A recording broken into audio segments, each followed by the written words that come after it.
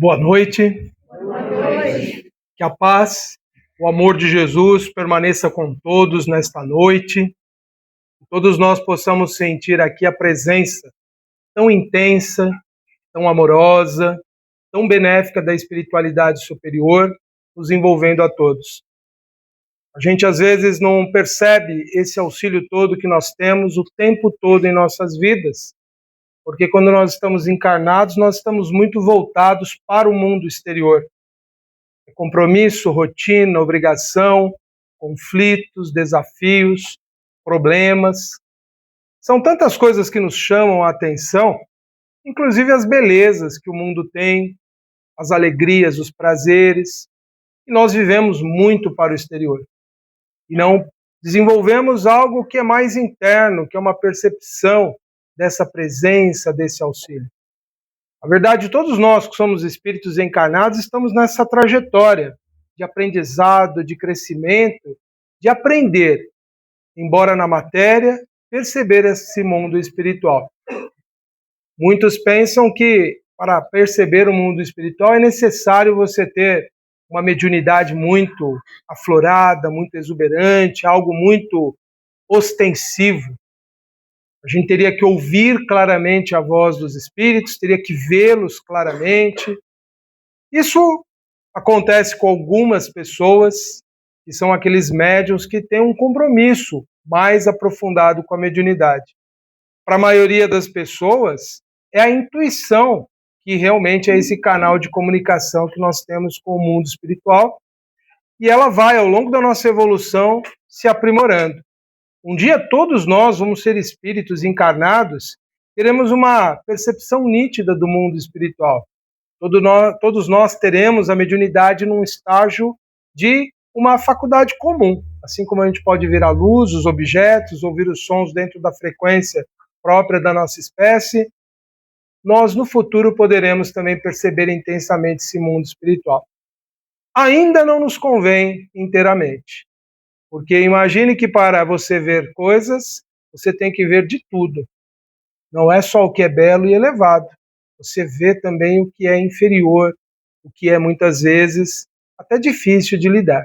Para nós, muitas vezes, estar revestidos de corpos físicos que nos obstruem essa percepção do mundo espiritual é um grande benefício, para a gente mesmo poder se proteger, e a gente conseguir realmente ter uma vida mais ou menos que zerada, como se a gente não tivesse muitas lembranças, muita percepção, para a gente até agir com mais liberdade dentro do nosso livre-arbítrio. No exercício dele é que nós aprendemos a agir em harmonia com as leis divinas. Então a nossa condição de encarnados hoje, por mais que a gente tente pensar, não é tão vantajoso assim, nós estamos limitados num mundo de um corpo grosseiro. No fundo, tudo é muito providencial. É exatamente para este momento que nós estamos vivendo da evolução. Nós vamos, com o tempo, adquirindo aquilo que é benéfico e vamos nos libertando daquilo que não precisamos mais. Mas então todos nós vamos, ao longo da evolução, nos libertando e vamos aprendendo muitas coisas, vamos nos desenvolvendo, vamos nos aprimorando e vamos crescendo para essa grande vida que vai nos ampliar cada vez mais as nossas percepções. E todos nós que estamos encarnados estamos aprendendo tudo, praticamente, o tempo todo. E todos nós estamos nesse grande aprendizado. E uma das grandes habilidades que nós estamos desenvolvendo aqui na presente encarnação é sobre fé. Já falamos sobre o tema há algum tempo atrás. Obrigado, viu? E, inclusive, essa palestra está disponível no meu canal. Você pode encontrar pela página tenormorais.com.br, em que já abordei o tema fé sobre um outro viés, outras abordagens, um pouco diferente do que nós vamos falar hoje. E, aproveitando para a gente divulgar o programa Ponto de Vista, que vai ao ar toda quinta-feira às 20 horas no canal Espiritualidade no YouTube também. Temos abordado vários temas do Evangelho segundo o Espiritismo, trazendo as nossas reflexões, trazendo apontamentos para o nosso conhecimento dessa obra que é tão fundamental nos nossos dias.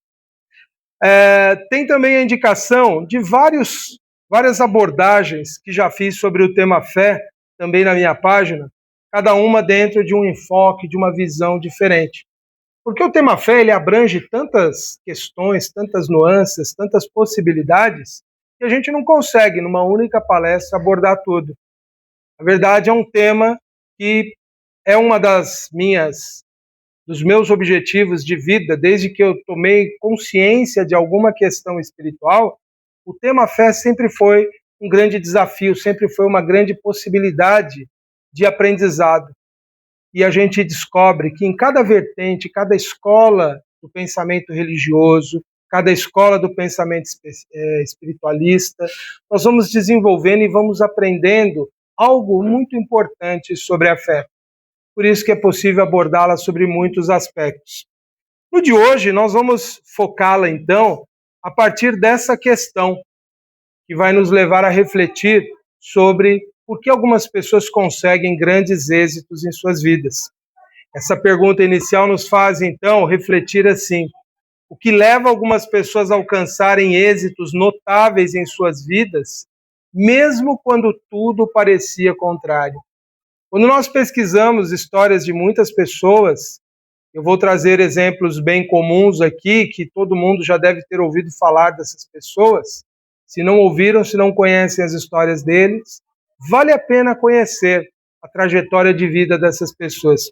Não quer dizer que eram pessoas perfeitas, espíritos muito evoluídos, mas foram pessoas que, no momento das suas vidas, eles conseguiram reunir uma série de condições e realizaram coisas marcantes e importantes. Esses são exemplos, então, comuns que nós podemos pesquisar e descobrir. São de figuras mais notáveis, mais conhecidas. Mas nós poderíamos partir para o nosso próprio campo pessoal aqui. Cada um de nós também poderíamos dar algum testemunho dentro da ordem de ideias que nós vamos abordar, porque não são só algumas pessoas que se destacam na sociedade, na história da humanidade e que realizaram grandes feitos. Também as nossas vidas são marcadas por eventos muito importantes. Talvez não para toda uma coletividade, talvez não para toda a humanidade, mas para nós, ou para aquele pequeno grupo que nós fazemos parte, a nossa vida teve um significado, a nossa ação teve uma importância. E é importante a gente fazer esse reconhecimento em nossas vidas. Aquela ideia de que humildade é negar-se completamente, achar-se inútil, é uma ideia equivocada. Humildade, de fato, é você saber se situar exatamente onde você está na sua evolução. Nem além, nem aquém, nem mais, nem menos. É exatamente o que você é, com os seus erros, os seus acertos. E nós precisamos treinar muito em nós um olhar para o ser humano de que ele não é só erro, ele não é só desvio, mau comportamento, porque normalmente a gente faz isso quando a gente julga as pessoas. É lógico que sempre tem aqueles exemplos muito negativos na história da humanidade, mas esses são os desvios, né? São aqueles pontos lá que nós não consideramos estatisticamente. Aquilo é o incomum e que com o tempo certo e na evolução passarão a estar dentro daquilo que é o razoável, esperado para o ser humano. Mas todas as pessoas, então, têm o seu valor, o seu acerto, e mudar essa forma de ver, apreciar o mundo a partir de nós, ela é importante para nós não sermos tão severos, tão críticos, às vezes até brutais no julgamento do próximo. Às vezes a gente tende a pensar que uma pessoa ela é a causa de todos os problemas da nossa vida, ou que ela é a causa de tudo aquilo que surgiu de ruim no nosso ambiente de trabalho. E muitas vezes aquele indivíduo ele é apenas um catalisador, alguém que dispara algo que já estava tudo estruturado para acontecer. Ele é apenas uma peça em algo que nós não percebemos no conjunto. Por isso que Jesus disse, não julgueis, não fique condenando as pessoas, porque você não sabe realmente o papel de cada um em tudo o que aconteceu. Mas a questão é então essa. Nós também temos acertos, também poderíamos trazer as nossas experiências positivas ao falar do nosso tema aqui. Talvez são pequenos exemplos, mas para nós são muito valiosos. Nós não devemos menosprezar as nossas conquistas espirituais. Mas então, o que levou pessoas como, então, o Jack Ma, que foi uma pessoa que teve inúmeros impedimentos na vida, até ele conseguir se tornar um grande empresário, ele que desenvolveu depois aquele site de vendas, o Alibaba, que é um gigante do comércio eletrônico mundial. Ele foi uma pessoa que ele lidou com muitas frustrações até ele conseguir ter êxito na atividade dele. Para ter uma ideia, quando eu abri uma filial do KFC onde ele morava, na cidade que ele morava na China, tinha 24 vagas para trabalhar no local. Ele não foi considerado apto a nenhuma das vagas. Então foi uma pessoa que lidou com muitas impossibilidades. Há outras pessoas também que passaram por coisas parecidas, como o William Kankawamba, que inspirou um filme que se tornou bem famoso, O Menino que Descobriu o Vento. Ele foi um rapaz, um jovem então, que foi expulso da escola por falta de pagamento, enfrentou a pobreza, a seca, falta de ferramentas e apoio, até que o que ele desenvolveu? Um sistema que usava a energia eólica, a energia do vento, para bombear água e assim poder irrigar a plantação. É uma história de vida que também vale a pena a gente conhecer, assistir o filme e ver como a pessoa consegue transformar a sua vida e do meio que ele vive. Outra figura também, e essa é mais conhecida, que é de Van Gogh, que foi alguém que esteve na extrema pobreza, ninguém deu valor, ou praticamente ninguém, porque ele não conseguiu praticamente vender nenhum quadro enquanto estava vivo, apenas o irmão dele acreditava no valor dele. Poucas pessoas depois começaram a perceber e hoje são dos pintores de quadros mais caros vendidos no mundo. O fato da negativa de ser aceito não impediu ele de expressar a genialidade dele. Então ele foi alguém que ainda assim conseguiu realização sem reconhecimento nenhum. Aí a gente tem a história de Marie Curie, que foi alguém que enfrentou grandes impedimentos por ser mulher no meio acadêmico, enfrentando muitos obstáculos. Ela mesma adoeceu e morreu em decorrência das pesquisas que ela fez com elementos radioativos.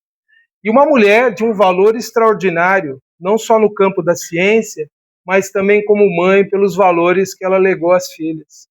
Também vale a pena a gente conhecer a história. E ela foi, então, a primeira pessoa a ganhar 2 prêmios Nobel em áreas distintas, em física e química.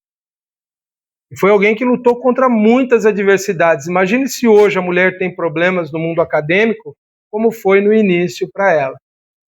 E ainda tem a história extraordinária de Helen Keller e Annie Sullivan. As duas também merecem que a gente conheça as histórias delas de superação, de vencer dificuldades. A Helen Keller, ela nasceu surda, cega, desde a infância. Na verdade, ela não nasceu, ela adoeceu e ficou surda por causa da escarlatina. E ela não falava e não se comunicava de forma nenhuma. É aí que aparece alguém, então, a Annie Sullivan, que, também de saúde frágil, parcialmente cega, conseguiu estabelecer uma comunicação com a Helen Keller e conseguiu trazê-la para um mundo de comunicação. Tem ali 2 vídeos que vale a pena a gente ver o depoimento delas, então.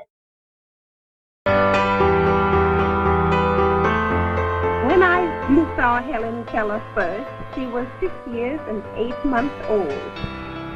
She had been blind and deaf and mute since her 19th month as the result of an illness. She had no way of communicating with those around her except a few imitative signs. She had observed that we did not use the hands when we were talking to each other. And I let her see, by putting her hand on my face, how we talked with our mouths. she felt the vibration of the spoken word. Instantly, she spelled, "I want to talk with my mouth." That seemed impossible, but after experimenting for a time, we found that placing her hand in this position, and the first word was learned.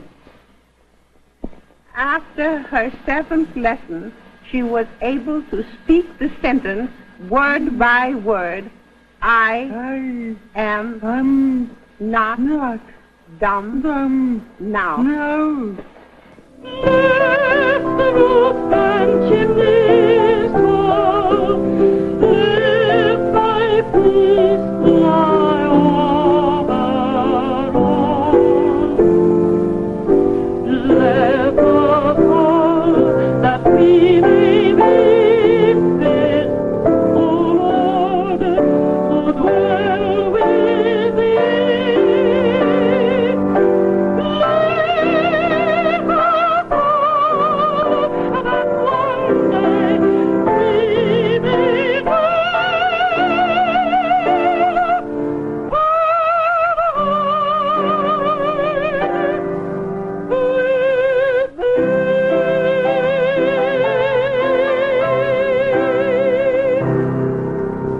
That is beautiful. It is like raising in the paradise.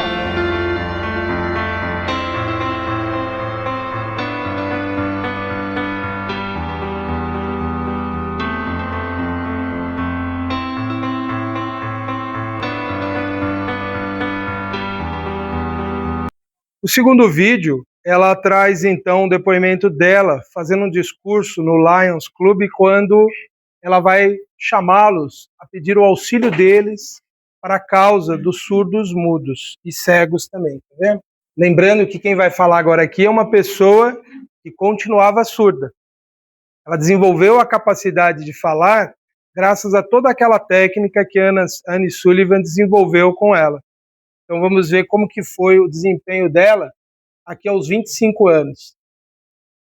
The opportunity I bring to you, lions, is this. Will you not help me hasten the day when there will be no preventable blindness, no little deaf blind child untaught, no blind man or woman unaided? I appeal to you, lions, you who have your sight, you who are strong and kind and brave. Will you not constitute yourselves as knights of the blind in the crusade against darkness? Thank you.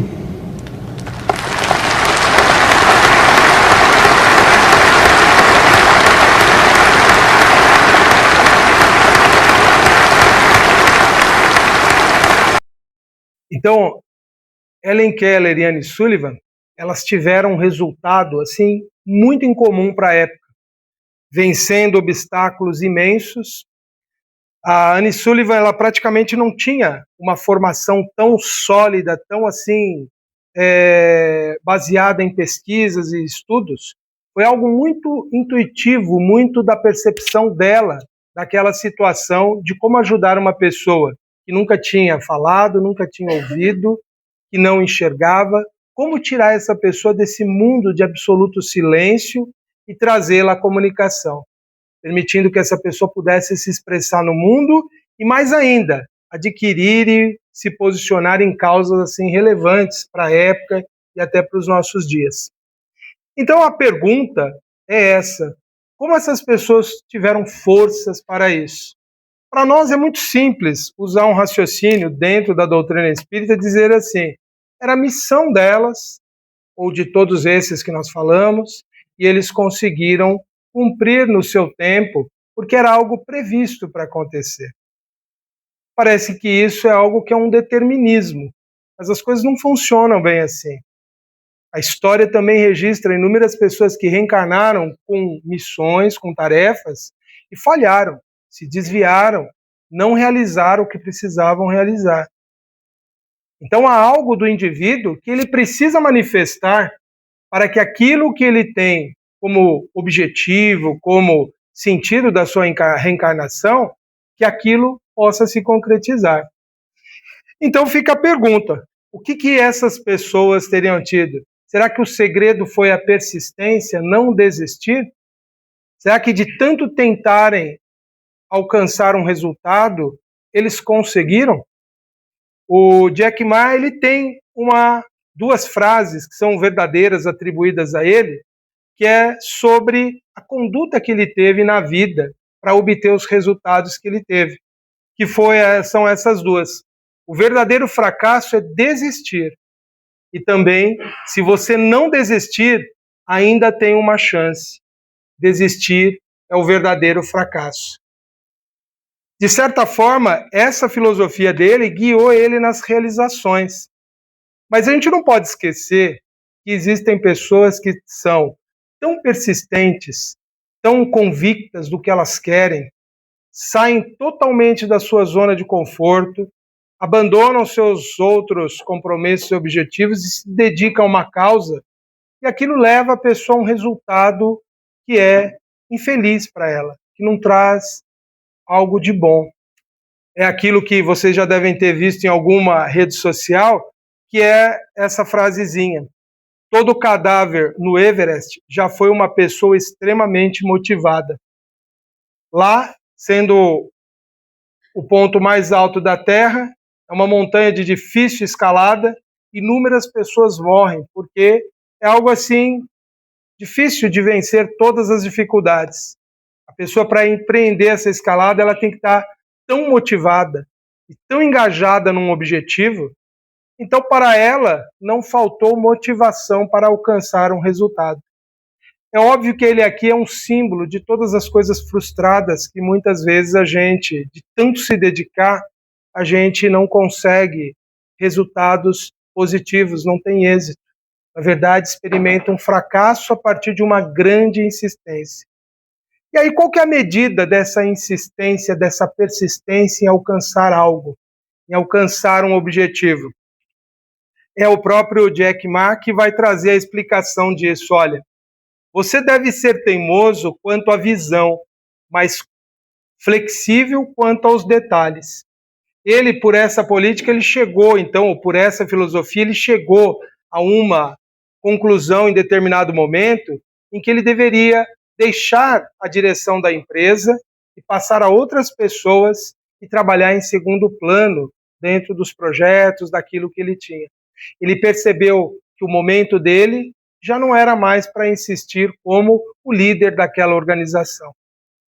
Então, o que levou essa pessoa a chegar à conclusão de que era o momento de não mais insistir? Então, perceba que para alcançar resultados, a gente trabalha com essa possibilidade de ter que fazer um esforço máximo, uma dedicação total, dentro daquilo que a gente considera como válido, necessário, útil a nós. Mas chega um momento que nós temos que descobrir: cheguei no meu limite? Qual é o meu limite? E aí fica mais um questionamento para nós, fica mais uma dúvida. Como a gente vai descobrir realmente qual é aquilo que seria o nosso alvo a alcançar, o nosso objetivo ou o nosso propósito? Aquilo que efetivamente nos cabe realizar nessa vida. E essa reflexão, então, ela nos traz essa ideia de que todos nós vamos trazer dentro de nós uma inclinação legítima de algo que nós temos que alcançar, que nos aponta para um caminho do êxito. Isso está dentro de nós.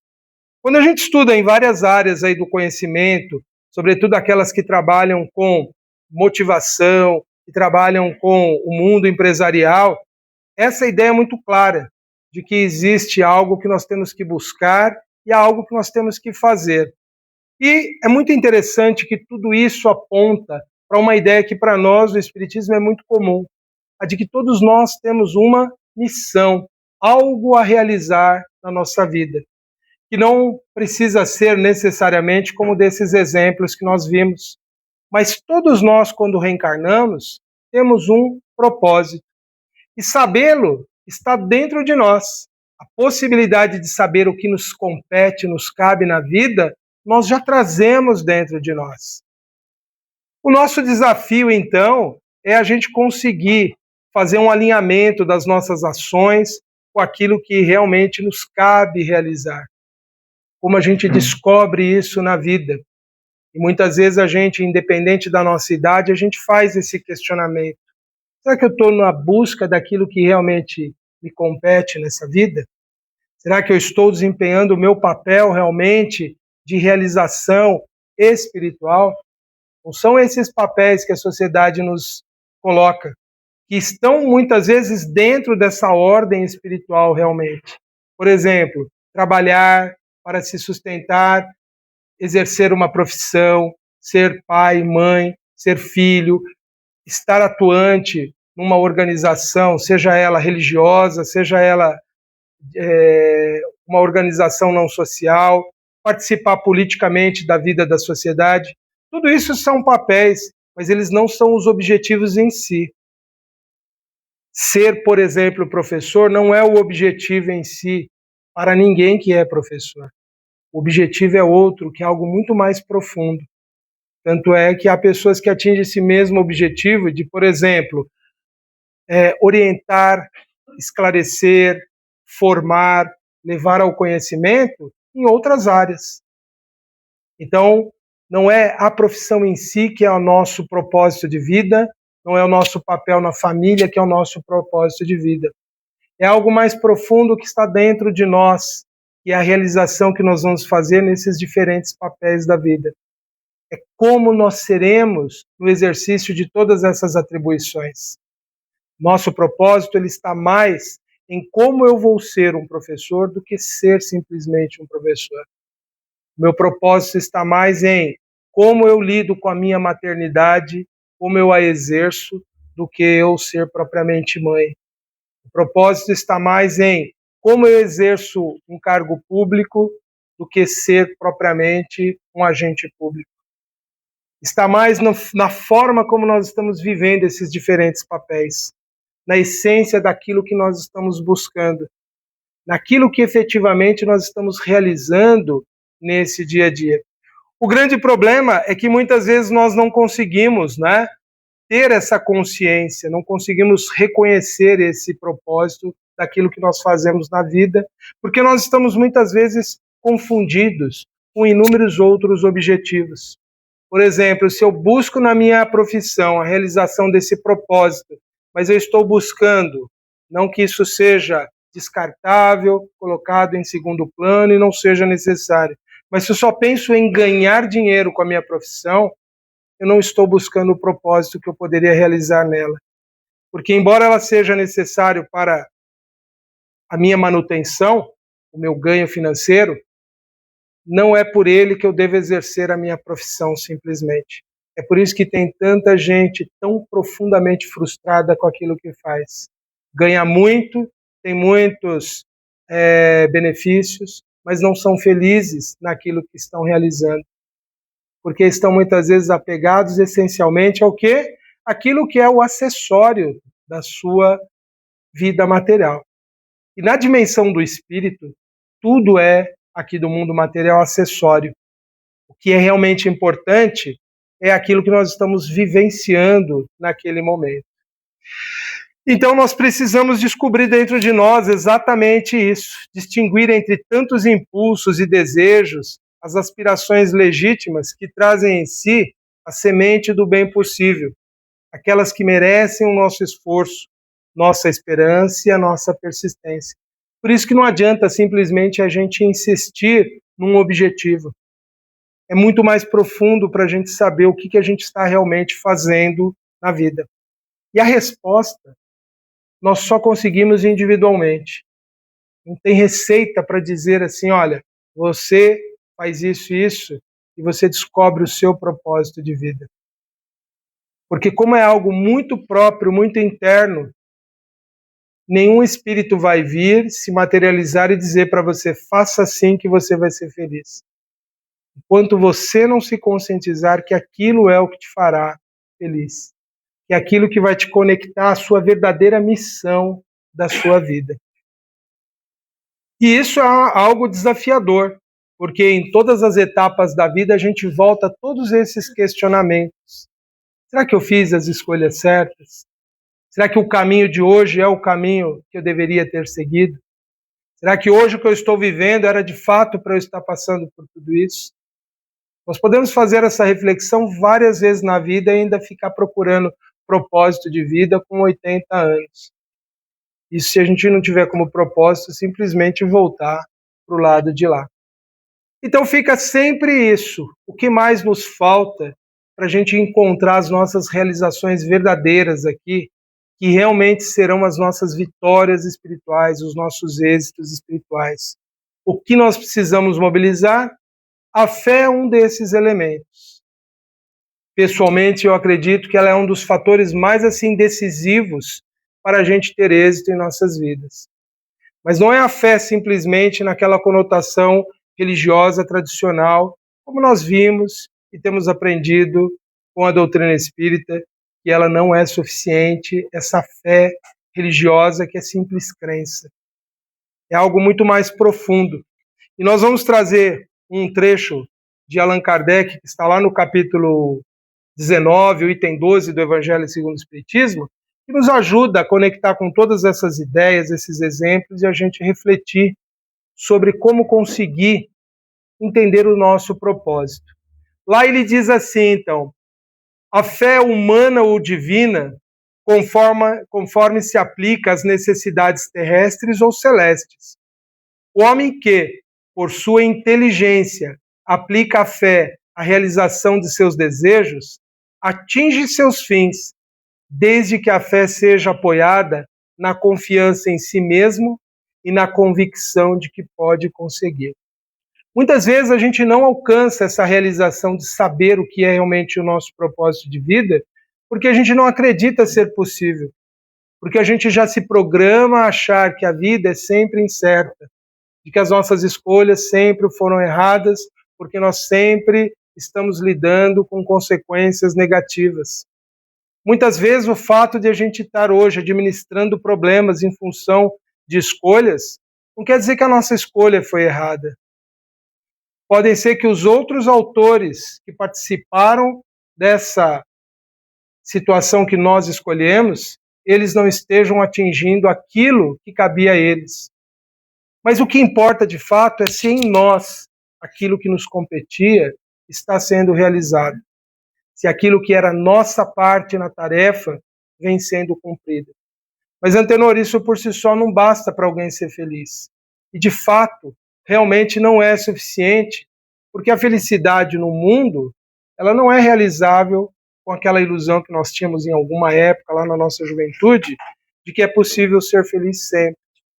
De que a felicidade depende de todos os fatores estarem em ordem externa. Na verdade, a felicidade ela depende essencialmente, e a satisfação, naquilo que a nossa consciência nos traz de paz interior ao refletir nas escolhas e ações que fizemos. Por isso que se as coisas não estão dando muito certo, se nós estamos vivendo um período de lutas, de turbulências, de problemas, não vamos simplesmente olhar para trás e nos condenar pelas escolhas que fizemos. É porque nós ainda estamos nessa trajetória de desafio, de vencer dificuldades, estamos em processo ainda. É não desistir, como foi naquele exemplo que nós vimos do Jack Ma, de não deixar de realizar o que nos compete, apesar das dificuldades estarem sendo grandes. Mas aí a gente parar e pensar, embora eu acredite no meu objetivo ou no meu propósito, eu tenho que pensar se eu não tenho que agir de uma maneira diferente para alcançá-lo. E a forma de encontrar, nós sempre vamos saber qual é. porque esse guia que nos conduz na nossa realização pessoal, ele é algo interno que nós carregamos. É essa sintonia que nós temos com o mundo espiritual que eu falei no início, quando estávamos começando a nossa conversa hoje. É essa intuição que nós vamos recebendo no nosso íntimo, daquilo que nós vamos captando, absorvendo do mundo espiritual. É aquilo que quando nós, numa noite, ao término de um dia muito tumultuado, muito conflituoso, ainda assim nós conseguimos confiar em Deus e elevamos o nosso pensamento a Ele e pedimos: Senhor, eu preciso da sua luz, do seu esclarecimento. E no dia seguinte eu acordo com convicção, com certeza do meu caminho. E surge uma força dentro de mim. O que se operou nesse processo? Não foi só um restauro dos nossos neurotransmissores no cérebro. Nós fomos para uma dimensão extrafísica em espírito. Recebemos orientações, intuições, parcialmente desligados do corpo, captamos a nossa essência verdadeira, do nosso compromisso com a vida maior. Nos sintonizamos com as leis divinas e descobrimos, mais uma vez, qual era o nosso propósito. E ao acordar, temos a nossa força, o nosso ânimo revigorado, novas ideias surgem, novas possibilidades surgem. Mas isso depende essencialmente de eu acreditar que isso é possível. Porque se eu for dormir descrente, desgostoso, amargo com o dia, achando que nada no universo se importa comigo, eu estou determinando a mim mesmo um bloqueio de toda essa comunicação, de toda essa possibilidade. É por isso aqui que Allan Kardec coloca isso, que é fundamental a confiança, a fé no divino e no nosso potencial. Ninguém reencarnou para fracassar espiritualmente. Todos nós renascemos para termos êxito em nossas realizações espirituais. Entendam que quando falamos de êxito, nós estamos falando de algo muito maior do que empreender e ter um negócio que deu certo. Exercer uma profissão e ganhar muito. Ter uma família bonita que todo mundo admira. Êxito é algo muito mais profundo. É você estar em paz com a forma como você decidiu agir, porque foi o seu melhor dentro das suas limitações naquele momento. Isso é êxito. Por isso que nós, muitas vezes, não somos justos com as nossas próprias realizações e conquistas, e nós estamos medindo o êxito por valores puramente materiais. Enquanto que, na verdade, se você conseguiu ser uma pessoa íntegra, honesta, leal, de valor, até esses dias, até hoje, você é uma pessoa de êxito. Não importa se você ainda está devendo, se você ainda está com problemas na família, o que importa efetivamente é que você não se corrompeu, não se perdeu, não abandonou compromissos, não traiu a lealdade de ninguém, não desprezou o afeto de ninguém. Você espiritualmente é exitoso quando você esteve em harmonia com a lei divina. Isso é o êxito. Essas pessoas que nós vimos como exemplos, elas se conectaram àquilo que era a missão delas, apesar de todas as dificuldades. É que tinham missões que se destacavam na sociedade e por isso que elas são trazidas hoje como exemplo. Mas os nossos êxitos, as nossas realizações, nós mesmos somos capazes de avaliar e de verificar o quanto nós já conseguimos nos manter nessa jornada, nessa caminhada. É importante isso, é importante nós, sobretudo, agradecermos a possibilidade de termos atingido o ponto que nós chegamos hoje. Talvez a gente vai fazer um levantamento e a gente vai ver que a gente cometeu de fato erros. E a gente se arrepende deles. E a gente gostaria de voltar no tempo e modificá-los. Mas isso não acontece, não é possível. O que é possível é nós nos transformarmos a partir dos nossos desacertos. Isso é possível. E isso é êxito do ponto de vista espiritual. Saber que talvez em algum dia eu fui desonesto e desviei algo que não me pertencia, Mas hoje eu me comprometer a ser íntegro com qualquer coisa, a qualquer momento, e sustentar esse valor na minha vida. E se eu conseguir reparar esse dano que eu causei a alguém, que eu faça isso. Isso também é êxito. Eu não preciso falar para ninguém, eu não preciso hoje me prejudicar em função dos meus erros passados. Mas reparar nas pessoas ou através de outros os males que nós fizemos, todos nós somos aptos a isso. Todos nós podemos. Às vezes a gente não foi o melhor pai e a melhor mãe para os nossos filhos. Podemos ter cometido graves erros e hoje nós nos arrependemos. E aí a experiência nos leva, talvez, a sermos mais amigos deles hoje. Talvez ajudando-os de uma forma que nós não precisaríamos, mas é uma forma de estarmos mais presentes ali. Talvez possamos acertar com os nossos netos. Posso não ter sido o melhor profissional numa empresa, mas hoje, onde eu estiver trabalhando, eu vou fazer o meu melhor. Eu posso não ter sido o colega de trabalho mais leal, trapaceei, sabotei alguém em algum momento da minha vida.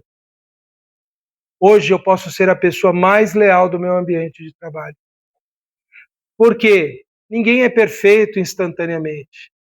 Nenhum espírito alcançou a perfeição sem antes ter se equivocado, errado, e sem ter se arrependido e reparado e corrigido o seu erro e ter colocado como propósito acertar a partir dali. Todos nós podemos, a qualquer momento, reiniciar as nossas vidas. É uma questão de decisão, de querer realmente. E aí nós podemos perguntar, então, ainda é possível a gente alcançar tudo isso, né? Nós vamos conseguir esse êxito? Existe uma fórmula para isso, gente, que é essa daqui, que foi ensinada por ninguém menos do que Jesus. Que quando a gente não se sentir capaz de alcançar resultados na vida, quando a gente se sentir fraco a ponto de pensar que não tem mais fé, não tem força interior, quando a gente pensar que a gente está vencido, é o momento que nós temos que humildemente parar e seguir essa recomendação, que é essa, olha: pedi e dar-se-vos-á, buscai e achareis, batei e abrir-se-vos-á. Pois todo o que pede recebe, e o que busca encontra, e a quem bate abrir-se-lhe-á. Ou qual dentre vós é o homem que, se porventura o filho lhe pedir pão, lhe dará pedra? Ou, se lhe pedir um peixe, lhe dará uma cobra? Ora, se vós que sois maus, sabeis dar boas dádivas aos vossos filhos, quanto mais vosso Pai, que está nos céus, dará boas coisas aos que lhe pedirem. Muitas pessoas, quando leram essas palavras de Jesus, acharam que Jesus estava falando de casa, de carro, de emprego, estava falando de comida, estava falando de coisas importantes, necessárias, mas tudo acessórias. Ele estava falando da essência. Quando ele fala pão, peixe, ele está falando daquilo que é vital para a vida, aquilo que é essencial para você prosseguir. E é isso que quando você pedir a Deus, você vai ter. Quando você se sentir a pessoa mais fracassada, você vai confiar e pedir a Ele: eu preciso, Deus, me levantar, me dê essa força. E você vai estar convicto de que isso vai acontecer. Porque essa convicção, voltando nas palavras de Allan Kardec, que eu não analisei, é essa fé que dá aos homens de gênio a intuição de seus grandes trabalhos e às pessoas comuns a perseverança nas resoluções. A fé vacilante sente sua própria fraqueza. O esforço que faz para vencer aumenta as causas de insucesso. Se eu estou vivendo e não estou acreditando na vida que eu tenho, nas minhas possibilidades, eu tiro de mim toda essa força que eu poderia receber. Por isso que nós precisamos manter essa convicção, essa certeza de que Deus é por nós sempre. E quando eu peço a Ele aquilo que é essencial à minha vida espiritual, eu receberei. Se eu pedir a Deus que Ele me mostre o caminho da integridade, Ele me mostrará. Se eu pedir a Deus que me mostre força para vencer os meus vícios, Ele me mostrará. Se eu pedir a Deus que Ele me mostre o caminho para eu vencer as minhas imperfeições, Ele me mostrará. Mas Ele não vai tirar nada disso do meu caminho. Ele vai me dar a força para que eu vença e eu me torne capaz de, por mim mesmo, tornar-me apto àquela realização. Não foi à toa que Jesus disse: vós sois deuses, vós podeis fazer tudo o que eu faço e muito mais. É o poder interno que o Espírito tem quando ele está convicto de que há essa força soberana e quando ele está no seu propósito, na sua realização de vida. Ele é alguém que nada paralisa, nada detém, nada impede o seu avanço. Por isso que a fé é um elemento tão importante, tão fundamental para qualquer realização. Todas aquelas pessoas que nós vimos tiveram a fé humana que ele fala aqui. A Helen Keller, no depoimento dela, ela falou da oração, que foi igualmente o que ajudou ela a se sustentar um desafio tão grande. Se a Anne Sullivan tivesse duvidado um minuto do potencial da Helen Keller, se a própria Helen Keller não acreditasse em si mesma, não teria missão cumprida para nenhuma das duas.